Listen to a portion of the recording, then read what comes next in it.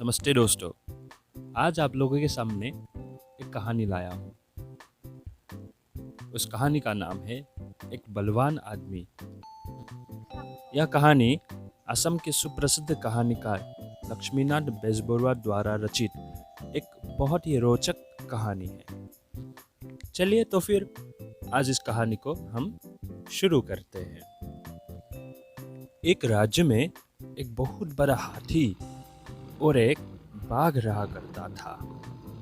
वह बहुत ही दुष्ट थे।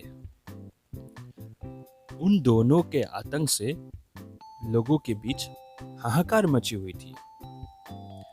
बहुत कोशिशों के बाद भी राजा उसे मार नहीं पाया। अतः राजा भी परेशान हो गए थे।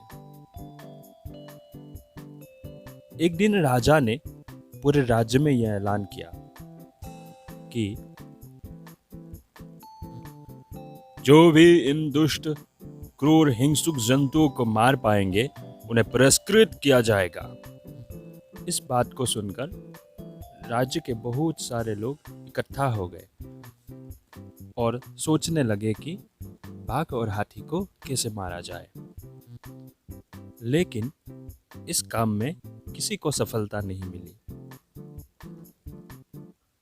तो फिर एक दिन अचानक यह हुआ कि एक आदमी अपने दुखों के कारण जहर खाकर मरने की सोचकर उस राज्य के एक नदी के किनारे स्थित एक पेड़ के नीचे आ पहुंचा। उस आदमी ने अपने साथ आटे के चावल लाया और जिसमें जहर मिला हुआ था। उसने उसे वही रखकर नदी में पानी पीने चला गया।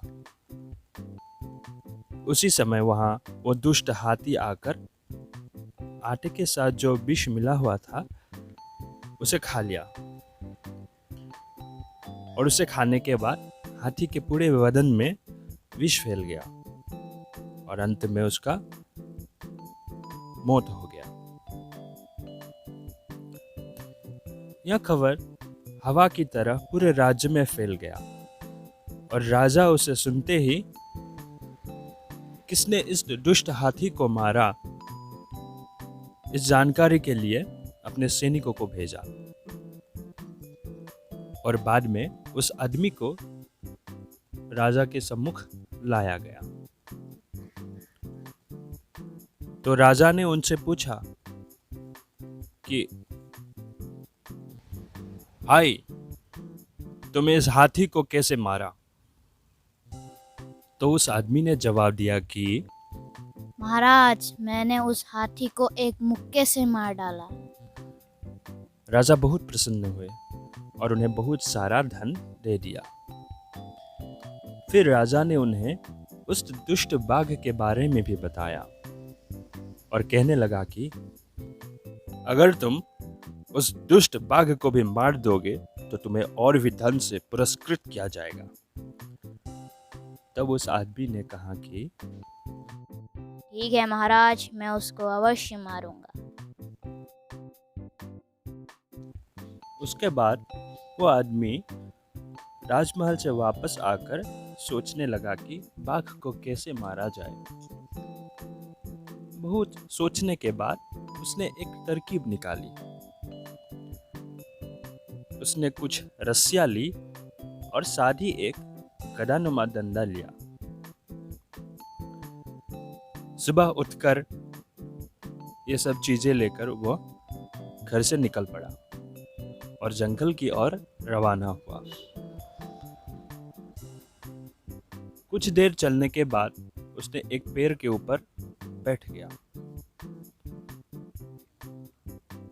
और ची ची का ऐसे कुछ आवाज करने लगा।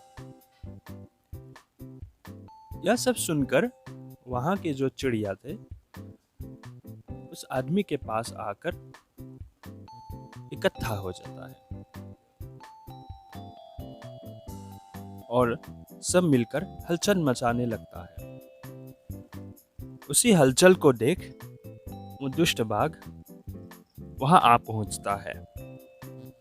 उसने आदमी को पूछा कि अरे भैया, चिड़ियों को क्या सिखा रहे हो? तो आदमी ने कहा कि मैं तो इन चिड़ियों को गाना सिखा रहा हूँ। तब बाघ ने आपत्ति जताई कि उसे भी गाना सिखाना है। तो उस आदमी ने कहा कि तुम तो बाघ हो और मैं मनुष्य। अगर तुम मुझे खा जाओगे तो मेरा क्या होगा? तब बाघ ने दिलासा दी कि मैं कसम खाता हूँ कि मैं तुम्हें कुछ नहीं करूंगा। उसके बाद वह आदमी पेड़ में से उतरकर उस बाघ के पास आ जाता है और थोड़ी देर बाद उसके चारों पैरों को बांधकर उसे उस गदानुमा डंडे से जोर जोर से पीटने लगता है। बाघ ने चिल्लाया कि भाई मुझे छोड़ दो, मैं और गाना सीखना नहीं चाहता। लेकिन उस आदमी ने उस बाघ को मारता ही गया और बाद में वो बाघ मर गया। उसके बाद उस आदमी ने मरा हुआ बाघ को राजा के सम्मुख लाया। तब राजा बहुत प्रसन्न हुए और उन्हें बहुत सारा धन दिया। फिर राजा ने खुश होकर बोला कि कल तुम्हें एक पहलवान से लड़ने के लिए दिया जाएगा। यदि तुम वहां पर भी जीत जाते हो तो तुम्हें और भी धन से पुरस्कृत किया जाएगा और बहुत सारे इनाम मिलेगा। वह आदमी राजा के बात को टाल नहीं पाया। वह सोच में पड़ गए कि कैसे उसे बचा जाए।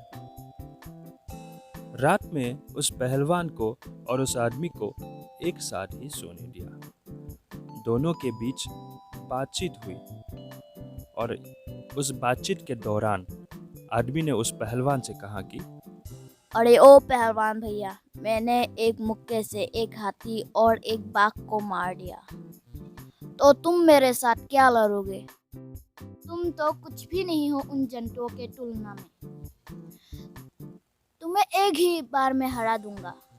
तू मेरे हाथों मरने आया है। यह सब सुनकर बाद में वो पहलवान रात में ही वहां से फरार हो गया। सुबह उस पहलवान को बहुत ढूंढा गया, लेकिन उस पहलवान को कहीं नहीं मिला और अंत में उस आदमी को ही विजयी घोषित किया गया। और देखा जाए तो उसी दिन से ही उस राज्य में उस दुष्ट बाघ और हाथी का आतंक हमेशा हमेशा के लिए खत्म हो जाता है और पूरा राज्य सुख शांति से जीवन बिताने लगे। धन्यवाद।